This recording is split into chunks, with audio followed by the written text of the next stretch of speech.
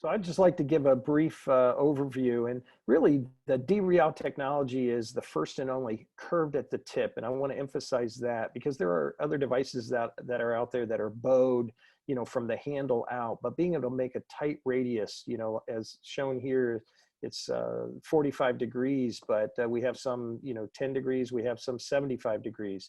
So that's what makes it so unique, and to be able to rotate at 40 to 60,000 RPMs for very efficient bone removal. And it's targeting the entire spine, cervical to sacrum. So it's the first and only technology that's designed like that, and to be able to reach and do it safely because it's shielded. It's intended to cut bone in the spine in neurosurgical and spinal applications. So that's it in a nutshell. And you know, what we've, when you take a look at spine surgery itself, you know, there's over 900,000 annual cases, and the success rate, you know, depending on the literature you look at, is anywhere from 70 to 85%. So, and a revision rate of 9 to 12%. So really, Yossi looked at this early on when he started taking a look at where can we make a difference? Where can I take, you know, and develop technology that'll make a difference? And here you can see the challenges down below when you look at these diagrams, being able to work through the muscles and be able to target specifically the pathology that you want to get to, or the surgeon wants to get to, and then safely remove it while preserving adjacent tissue and bone, and obviously the neural elements. And this is something that, you know, we're excited to hear from Dr. Maxwell as we get to his presentation. And so just looking at the anatomy of kind of a standard Dural model here, as I said before, we operate anywhere from 40 to 60,000 RPMs based on the surgeon's preference. The irrigation is integrated into it through the handle here, so it keeps it cool, keeps debris flushed out. And we've talked about the curve. And then the other thing that makes it so unique is that it's shielded with different orientations based on the pathology that the surgeon is targeting. This is the entire platform here. So you can see the standard shaft line down the left-hand side, and the bayoneted shaft line. So, you know, everything that we do, really, we really refer to it as an MIS philosophy in the broadest sense, whether a surgeon is working through tubes or whether they're working through mini opens or open. But that whole philosophy to target and safely remove the pathology and preserve adjacent tissue and bone, that's what we're all about. And that bayoneted shaft line, particularly helpful for surgeons like Dr. Maxwell, it works through a really MIS small opening, or surgeons that work through tubes. And of course, we'll hear more from him. As far as satisfaction assessment, we take a look at each surgery that's been done using the Dural technology, and we try to get some feedback from surgeons. So in summary, what we found is we've had a very low incident rate of dural tears. We've had a high satisfaction rate of around 94%, and surgeons comment that they, you know, at about a 95%, that they're very pleased with the and had sufficient bone removal. And when we take a look at all the different areas that they comment on as far as being helpful, the time reduction was one of the most common comments that we've seen. And some of that, when you look at multi-level cases, can, you know, really ratchet up to quite a bit of time savings, up to several hours for really larger, much more involved cases. Here is just a comparison to other instrumentation that's used to remove bone. And we were really pleased when we saw this. We're at about, you know, over 1,500 cases now, but in those first 500 or so, we were watching very closely, and we continue to monitor it. But we had an incident rate around 0.3, 0.4%.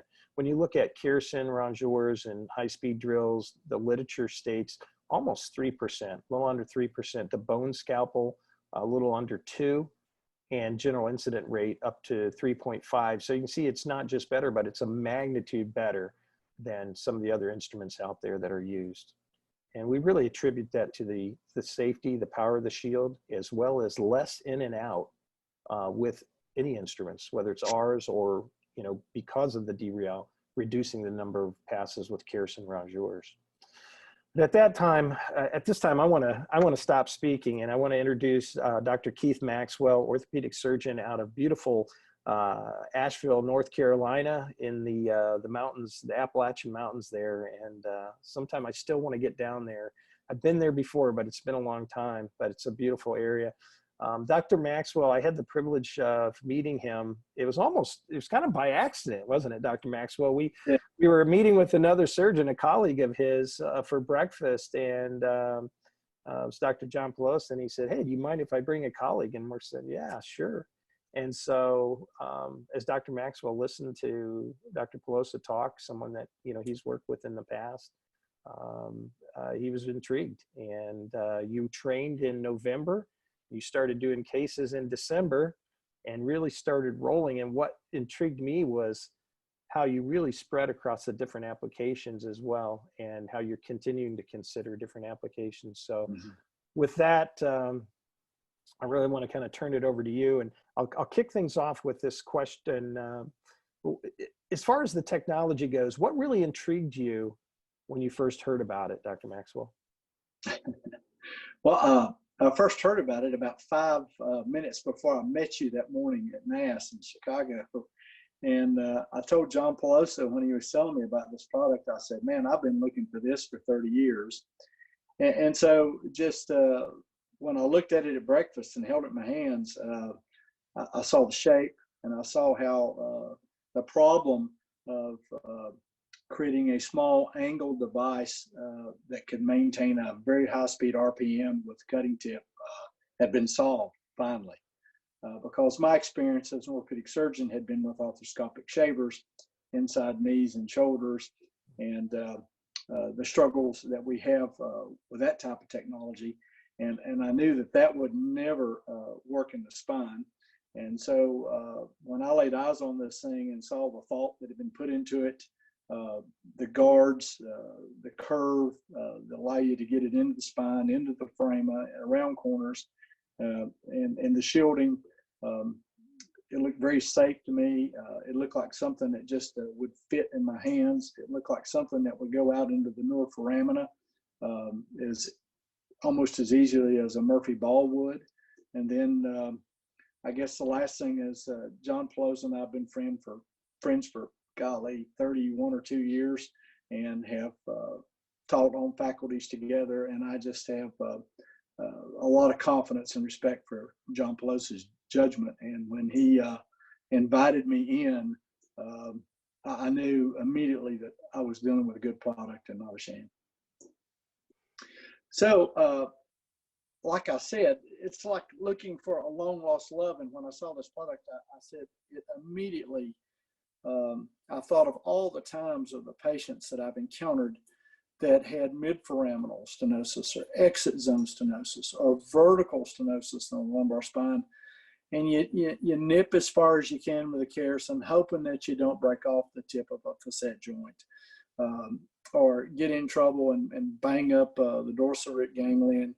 And how many times I knew that I had decompressed the patient in the entrance zone, but just was hoping that would be enough, because I knew I was not doing a good job getting the mid zone and exit zone. I had one of my old instructors used to take a small skinny curette and try to peel off the ceiling, and that took hours. And I have seen a couple of nerve roots rolled up with that technique, and that was not something that I was very crazy about when I went out into my own practice. And so when I saw this technology and saw that I could run this thing out through a foramina and control the angle of the debridement, and plus it was irrigated, I'm thinking, my Lord, this is just too good to be true. I mean, I can't tell you or communicate to you how excited I was when I saw this. And so Bob was the first guy I called when I got home from NASS. I wanted to move on this immediately, but I've used it in every one of the described applications here. I do a lot of cervical myelopathy work, and man, it is so sweet dropping over the posterior corner there in front of the cord. and the cervical spine. You can take down the end of the end plate. You can sneak it up behind the back of the cervical vertebra. You know, when you've got that situation where the ligament or the posterior longitudinal ligament is thickened and you just can't get that margin started, man, it is so nice to take down some of that vertebra to give you room to work. And then once you can actually see the dura and the cord, it's honestly about 2 passes and you've removed 2 or 3 millimeters of bone. It saves an incredible amount of time in cervical spine. And then another place that I use it almost daily is ipsilateral and contralateral foraminotomies. Being able, about 2 passes, you can take down the roof, open things up. And then as I've gotten more comfortable with the technology, I have started working on trying to file down the bottoms of pedicles when you get into that situation with vertical stenosis. You know, our answer before that has always been to jack the disc space up, but I've been able to file down some pedicles now and actually feel like I'm giving nerves more room. I have used it in situations to take down the lamina. It's handy for that. It's just amazing when you have it in your hands and you begin to trust it, the things that, you know, you start letting yourself do. And we'll talk more about technique and all that sort of thing, but there are just a lot of uses for this thing, because sometimes you can get this burr tip in places that you can't get a kerrison, and it's safe. The high speed allows you sort of a fast spinning, low torque takeoff. It's not like some of the burrs where the burr bit might sort of jam and the thing wants to twist out of your hand. It's I've not had that experience at all.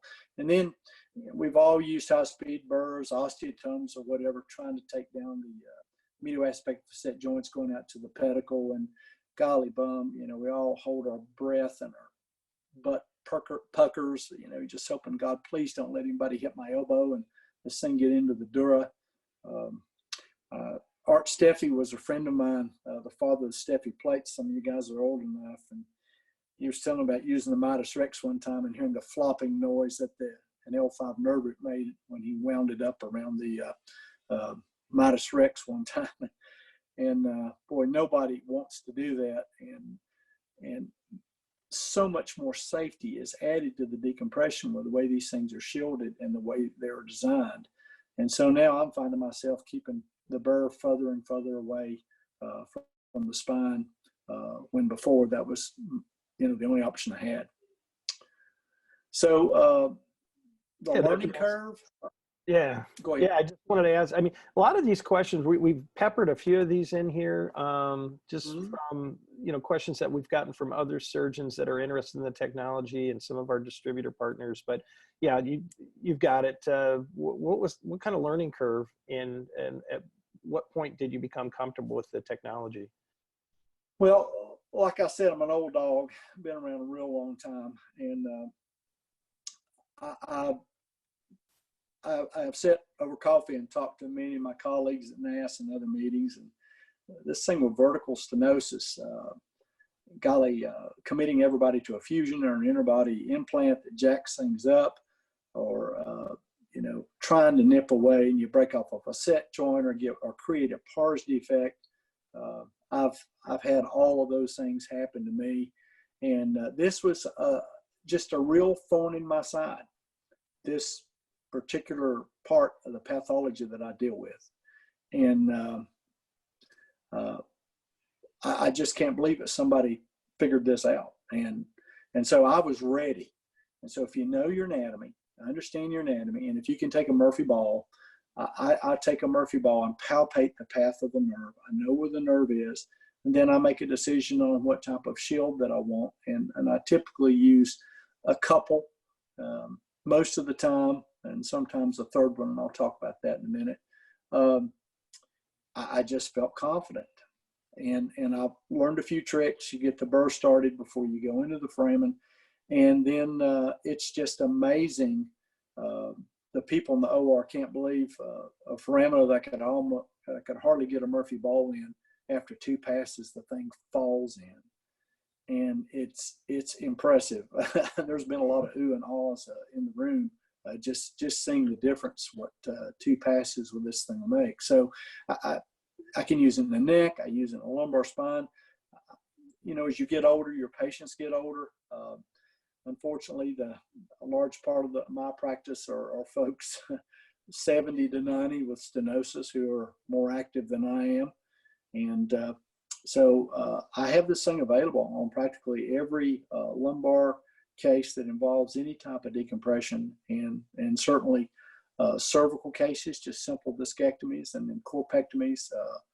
I have it available on all those, and it has just become a daily part of my armamentarium. And it is, golly, it is, let's say a 2-level laminectomy, bilateral framinotomy, probably takes 20 to 30 minutes off a case for me. So we have some videos here. You can see the tips. This particular unit is the one that I use the most in my lumbar work.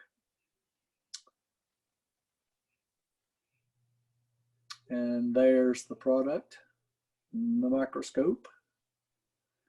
And MIS, I like this one. I can get the roof of the canal. I think this is actually Dr. Pelosa, but it's exactly the way I do it.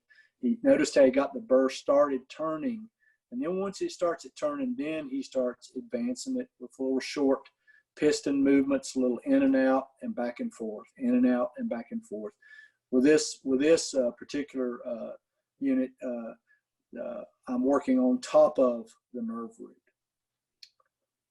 And the nerve root is in under me, and it's shielded. And there you go with a Murphy ball. You can stick your elbow in there now.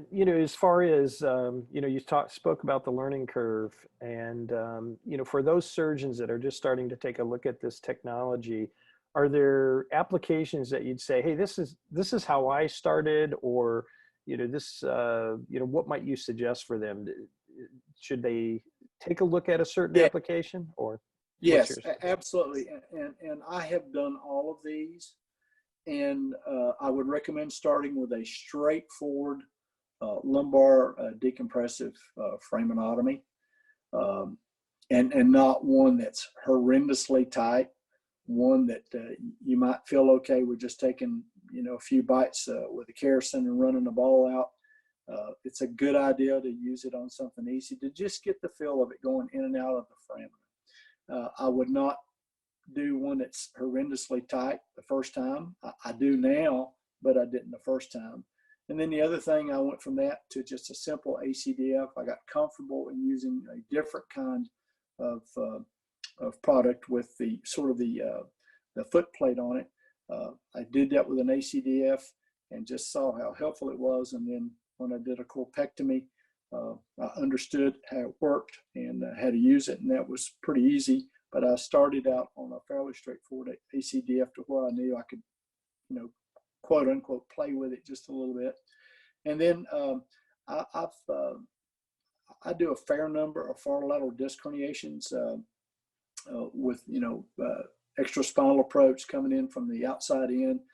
And man, this thing is really wonderful to do an outside in framinotomy. I've done 3 or 4 of them, and wow, it's safe. And you can see the nerve root from the far lateral approach, and it's very easy to keep the device on top of the nerve root and take down the roof, and you can angle down, angle up, and decompress the nerve root quite easily. And then the hardest thing that I've done that I would recommend that you, after you get some cases under your belt, is taking down posterior osteophytes. Off the vertebra, you have to have confidence in where you have that device placed. Now you're working under the nerve root, and which is technically a little more challenging. But as you become comfortable with it, it's not that big of a leap. But I would not recommend trying to take a big posterior osteophyte coming off of a vertebral endplate down as your first case. I had done several before I tried that. This is, I guess, my case. Stenosis. I make an incision. I don't use the dilators I'll make an incision the width of my thumb. I haven't measured that. I think it's about 18 or 20 millimeters. So it's still MIS, sort of the Wilson technique. So there we go. You can see I had the Murphy ball there, and now you see the Dreal. I take it, and I think one of the things that I'm doing there, like if you're doing 4-5, it's easy to turn the tip of the device south and laterally. It goes out the foramen very easily. But one of the things that I've gotten comfortable with is sneaking up to the next level with the L4 nerve foramen, where you hardly can see the takeoff of the root. And I've got now where I can palpate that with a Murphy ball. And I am now comfortable in opening up a foramen above in an area that I necessarily can't see. I wouldn't recommend doing that in your first case, but I think that's what I was trying to demonstrate there. And once you get some familiarity with this, that's easier than you think.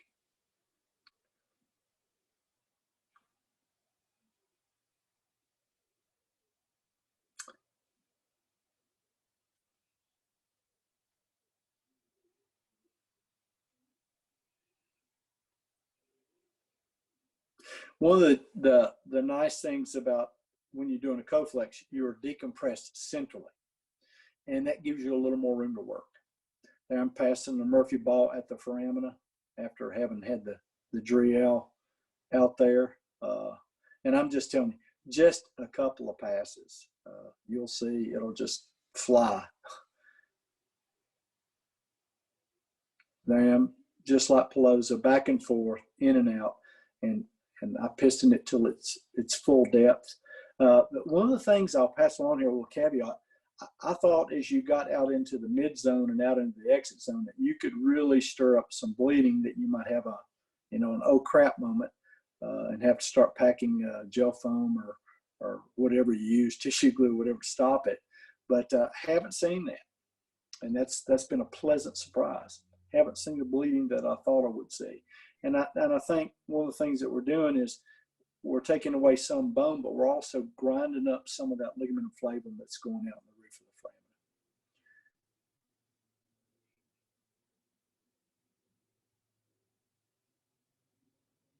And there I am. I think I'm working north there. That's going up. There we go. Yeah. And there I'm doing the same thing. That's actually the L4 foramen.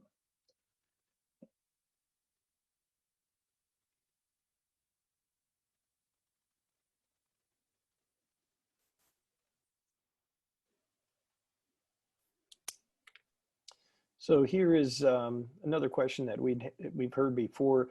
Can you provide some examples of how the Dural technology has impacted the treatment of your patients? Specifically, what have you seen? Well, it's less invasive, and the guards and shields make it very safe. It saves me a lot of time.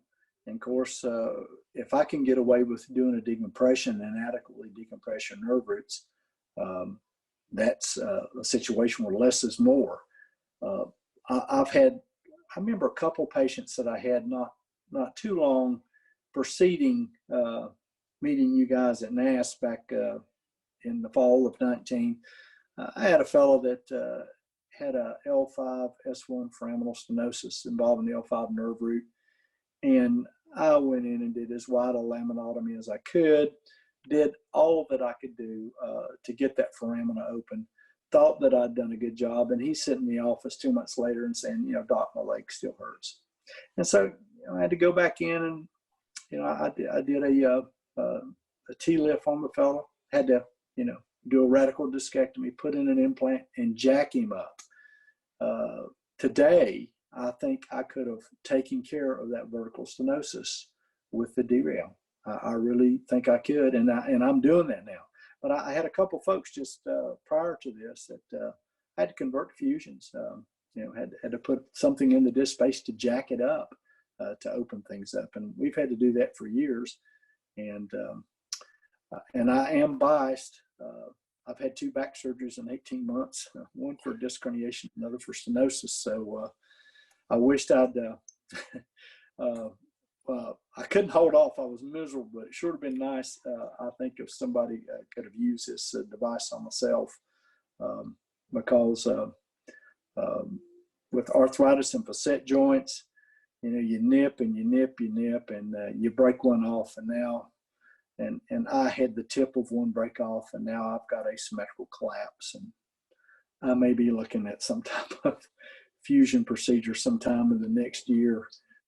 So I sit here kind of grievous that I wish I'd known about this 6 months earlier.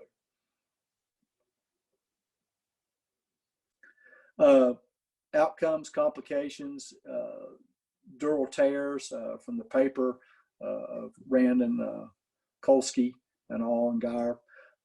Complications, better certainly than the controls. Readmissions, all the way across the board. All the numbers are better. And one other thing, I don't want to talk about another device, but you remember the old garrote device? I can never remember the name of it. Where you pass it out the nerve foramen and you did like a giggly saw to open it up. And boy, those, I did a few of those and they worked, but people had miserable leg pain. And I have not had one patient complain to me about beating up or banging up the dorsal root ganglion or having that post-op radiculitis kind of stuff that just lingers on and on and on for months that you see when a dorsal root ganglion gets beat up. And I have not had that in one case, not one. And boy, that has been a blessing to be able to go out there and work in that foramina and not worry about somebody waking up with a burning, stinging leg that they're mad at you about for 3 or 4 months. While we're waiting for some questions to come in, I wanted to just ask you a little bit about, you had 2 cases there where you utilized the D-Real in cases preparing for coFlex. And I was just going to see if there were any other comments you could provide on, you know, how it helped you prepare for that device, but yet maintain, you know, to get that thorough decompression, but yet maintain enough bone to support the coFlex device itself. Yeah, that's a good point. If you, the folks listening and watching, if you've done a coFlex, you know you have to preserve the spinous processes. And the trick is taking out the interspinous ligament and fashioning that slot between the spinous processes. And then what I run into frequently, particularly going cephalad, getting under that superior or the inferior ledge of the superior vertebral lamina. And I've started using the D-Real to get that started. And now I'm actually reaching up and under the spinous process and thinning out the ligamentum flavum and taking down bone. Whereas before, you take that away with a kerrison, you start nipping up there, and maybe you take too much, maybe you break the spinous process off. And for the coFlex procedure, I use this thing on every case. It is just handy. Once you get used to using it, you will just start reaching for it to do things that you wouldn't have dreamed with until you've actually had this thing in your hands. I don't want to promote any off-label uses, but thinning down the lamina from underneath, the angle is perfect. The way the tip is angled and the way it's shielded is perfect. And so I'm very grateful. So far, in my experience, I've not had a single dural tear.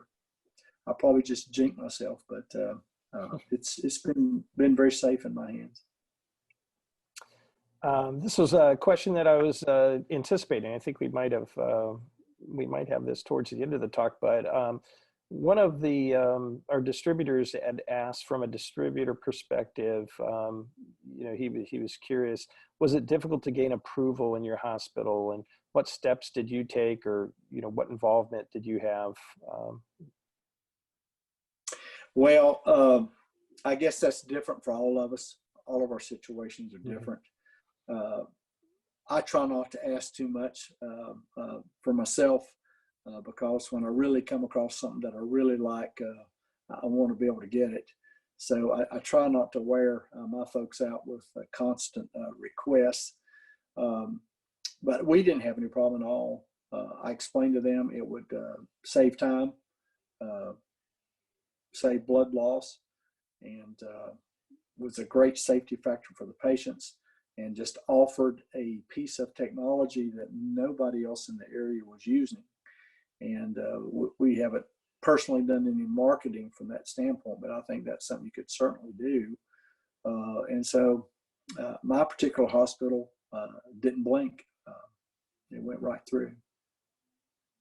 I guess just kind of kicking you into this next phase, what pearls can you share when it comes to holding the D-Real, and what kind of touch is used? Is it a light hand, a heavy hand? What can you share in that regard? Well, yeah, I hold it the way sort of I would a pair of bayonet forceps. Using the microscope or tubular retractors, you have to learn how to keep your hands out of the way. And so the Dural with the angulation, the D-Real with the angulation allows you to do that. And so it is purely a finesse tool. And the one thing that I'd recommend, holding it with your thumb and index and long finger the way I do, I get the thing turning. I don't jam it into the foramina and then step on the pedal. I like to see it turn, and then I go back and forth and in and out, just exactly as you saw in the video. And I've not gotten any situation where it's got stuck or hung and twisted or was wrenched out of my hand. Nothing like that at all. The high speed really keeps that from happening. But for me, I like to see the burr turn before I engage it and make it go to work. I think you're kind of asking for some trouble if you stick it in all the way. And I bury the thing as far as it'll go, but I do that with it running. And I do that running. I see it turn. I work my way in, and then I take it out as far as it'll go. Very nice. That kind of leads us to a question I want to insert here as well that came in from the field. How do you tell that when the foramen is opened up? Well, after I make my passes, I take a Murphy ball, and it is so impressive the first time you do it, and you feel like, I just can't believe I made that much room. You just, it's one of those things I can tell you, but until you experience it, you're not going to believe me. It is, it's almost too good to be true. So do you kind of go back? The first time I used it, I said, this is too good to be true. So do you go back and forth? Will you use it for, a certain amount of time, then go in with the Murphy ball, feel it and assess where you're at, and then kind of come back and then, yeah, okay. I'll make 2 or 3 passes, and as you know, if you're pulling on or toying on the Dural with a sucker or whatever, if you've done much spine surgery, the fewer the passes, the less chances you're going to have for something to go wrong, or get the Dural to bind, or pinch it, or nick it, or put a little hole in it. We've all dealt with that, and boy, this just really eliminates the passes. And then the other thing is, I'm not really doing a whole lot of retraction when I use it. Just don't feel like I have to do that. There's room to slip it in and get it started. I use about 15% on my cases. If you use less irrigation, you're going to have to decrease your run times, because you're going to get heat, and that's what you're trying to avoid, is the heat. Things can heat up pretty quickly. So if you're not using a lot of irrigation or no irrigation, you're going to have to decrease the time that you burr at one time. You want to avoid a buildup of heat. But at 15%, it doesn't interfere with my visual field. That's fine for me, but that's what suits me. May be different for other surgeons.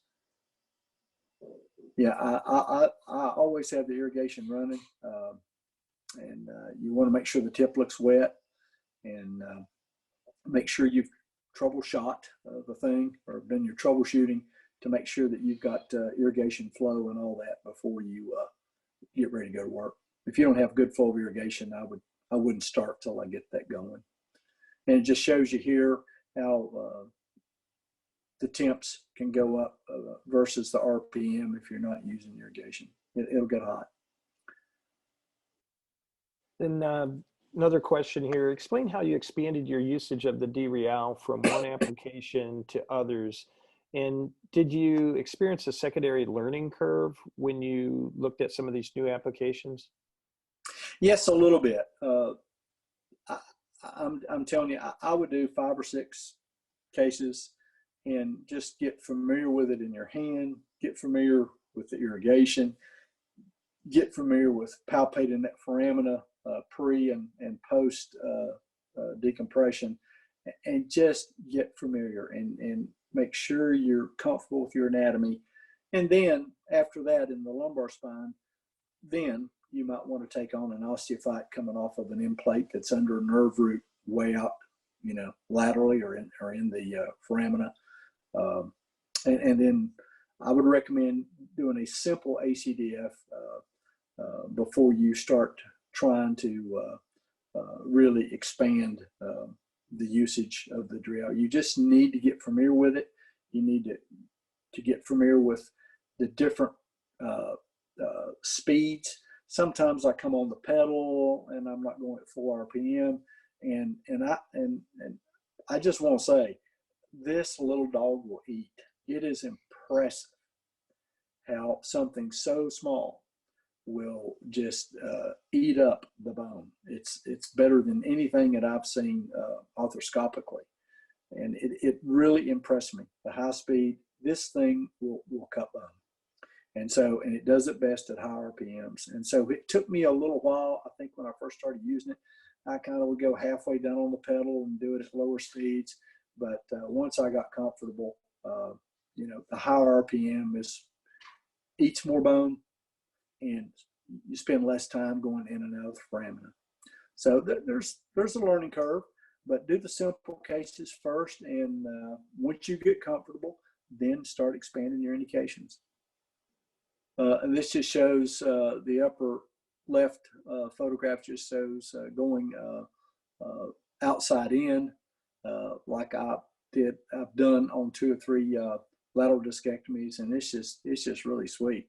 You can decompress going in, and you can go ventral to the neural element, and that's where you're going to take a spur off of an endplate, and you just got to be sure you know your orientation. You have the down cutting burr, and you got to make sure that that burr's on the osteophyte where you want it to be. I do use fluoroscopy a lot to confirm, particularly if I'm using a down cutting burr, taking down a spur or osteophyte off an endplate. I will use the fluor a lot, just confirm that I'm right where I want to be, doing what I want to be. And you will become comfortable after you've done a number of these cases that you're maintaining the orientation of the shield. You know, my worst fear was the first time I took a spur off, you know, is this thing going to wind up a nerve root? And so I was fairly anxious, but took my time, used spot checks on my fluoro just to make sure I was doing what I wanted to do and where I wanted to do it. And then you finally get to where you can breathe, and you go, okay, this tool really does work. It really is safe. And so I can proceed. You know, we're always cautious, but with a little less fear. You know, my throat, my heart wasn't completely in my throat. It began to work its way back down into my chest. So I guess it's just reiterates, you know, lumbar procedures, cervical procedures, decompressions, infusions, anterior approach, posterior approach. You can use this for endplate prep before a cage device that you might be implanting. You can use it. I've got a huge case I'm doing Monday, a 2-level corpectomy, and it's I really look forward to using this thing, getting back to the PLL, and taking down that margin of the vertebra and allow me to get to places that before I'd have difficulty getting to. And this is very similar to the case that I'm doing Monday.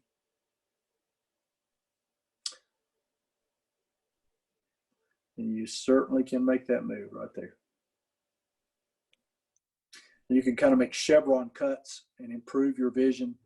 You know, you leave some of the vertebra intact in the front, but you can take down the back of the vertebra and work up behind it and maybe minimize or avoid the need of doing a partial colectomy from just straight anterior approach.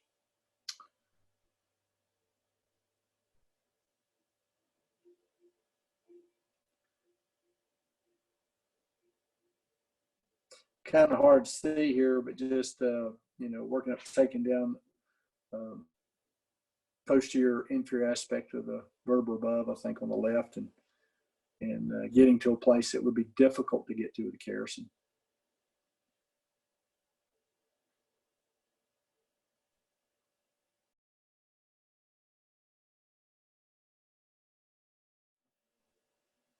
So Dr. Maxwell, on this particular, on a TLIF, using the Dural in conjunction with decompression and fusion, such as in a TLIF, have you done a contra decompression of the contra side, a direct decompression, in addition to relying on the indirect decompression of an interbody?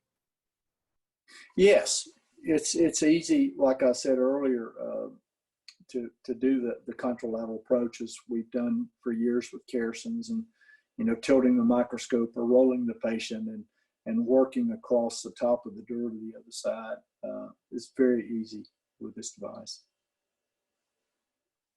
So summary, it's safe, it's really efficient in all parts of the spine. I'm not as concerned now about breaking off a facet joint or creating some kind of iatrogenic injury that we all don't want to do. And I'm hoping that I can use this in folks to get nerve roots decompressed and avoid the need of fusion in more cases. And also, like I was saying, you can sort of make the chevron cuts and get those posterior osteophytes in the cervical spine and avoid the need for a full vertebral resection in certain cases. Towards the end there in your summary, you were talking about having technology that may allow you to forego some more extensive surgeries, such as the fusion. What are your criteria? Are you primarily looking at is it a patient that's suffering from primarily pain in their lower extremity versus back pain? Is it the stability of the spine? Can you talk a little bit about that, where you might think, hey, in the past, I just didn't have this, so I would have done this, even though, this particular patient and the, what they're presenting with would be fine with a good thorough decompression. Yeah. I see folks with asymmetrical collapse in the lumbar spine, and it's the vertical stenosis. It's the distance between the pedicles. And before this, the only way we've had to deal with that is to open that space up with some type of device and fusion type procedure. But as I'm getting more aggressive with this tool, I can certainly, it's easy to unroof the canal or the foramina. And I'm getting comfortable now in rotating my hands and shaving down bits of the inferior aspect of the pedicle and giving folks a little bit more room. And it just breaks my heart when somebody comes to me with leg pain only. And in the past, I've had to do a fusion on them to get rid of the leg pain. And now I'm doing pretty well with opening things up and giving them some relief and buying them certainly some time and improving their leg pain without having to commit them to some type of interbody fusion and pedicle screw instrumentation. There's kind of a part B to that, as I'm thinking about the different, the breadth of the patient's ages. And, now with this day and age, in fact, from time to time, we get calls from patients asking us, hey, I saw your technology. I really don't want a fusion. I've seen one surgeon, they're talking about, fusing me several levels. And I'm always cautious to say, I'm not a surgeon. So, the best I can do is direct you to someone that has access to our technology and that, can consider that based on, is this right for you based on their assessment. But do you see it being younger patients trying to forego fusions so they can get back to doing what they're doing? And, we see that in so many other avenues, like in total knees, going to partial knees, and then, focal repairs versus, total knees. And, or is it older patients, or kind of both? I think it's all the above. Anybody who has mid-zone and exit zone stenosis or impingement, no matter how old they are, I think the D-Real is a tool that you certainly should use to open up that foramen and decompress them.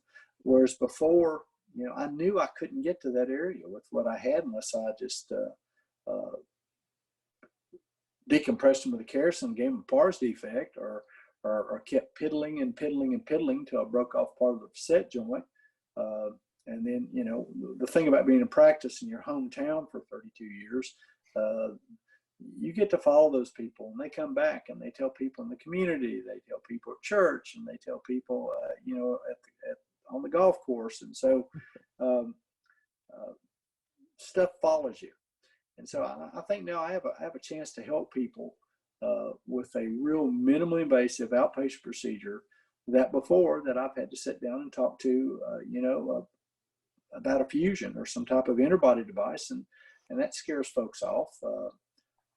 It seems like a lot of surgery to correct a nerve root compression, but I'm telling you, this is going to change decompressive surgery. It is changing decompressive surgery. When speaking with a colleague that has never seen the technology before, how would you describe it? Well, the first thing, if I know the colleague pretty well, go, listen, dude, this is almost too good to be true, but it really is too good to be true. And I try to talk folks up, going, folks you've seen with mid-zone stenosis, exit zone stenosis. Yeah, I hate those cases. I do TLIFs on them or whatever. Well, I got something you should try, something you consider. I've been using this product and been really pleased with it. But it's not hard to find a spine surgery colleague who has got a problem that it seems like we've not had the technology to solve. And this mid-zone and exit zone stenosis has been just a real thorn in my side. And it's very easy to talk to a colleague who has struggled with it as well. So it's an easy sell. Of course, I was not the first person to jump on this. I've learned over a number of years. I've been an inventor, but sometimes it's good to stay a couple fads behind. But boy, this was a technology that I embraced just immediately, because it was like an answer to a problem I've been dealing with for 32 years. Well, thank you so much, Dr. Maxwell. We certainly appreciate you taking some time this evening and sharing your experiences, in these early months of using the technology, and how you've expanded it and how you anticipate using it in the future. And it's really, really lightning and helpful to all of us. Bob, one more thing. Sure. If anybody wants to call me and talk to me personally, give them my phone number. I don't mind doing that at all. I've made my share of calls to colleagues to ask personal questions about devices, and I don't mind that at all if somebody wants to call and talk to me and ask me some questions personally about this. Well, thank you. That's very gracious. We appreciate it. And thank you so much. And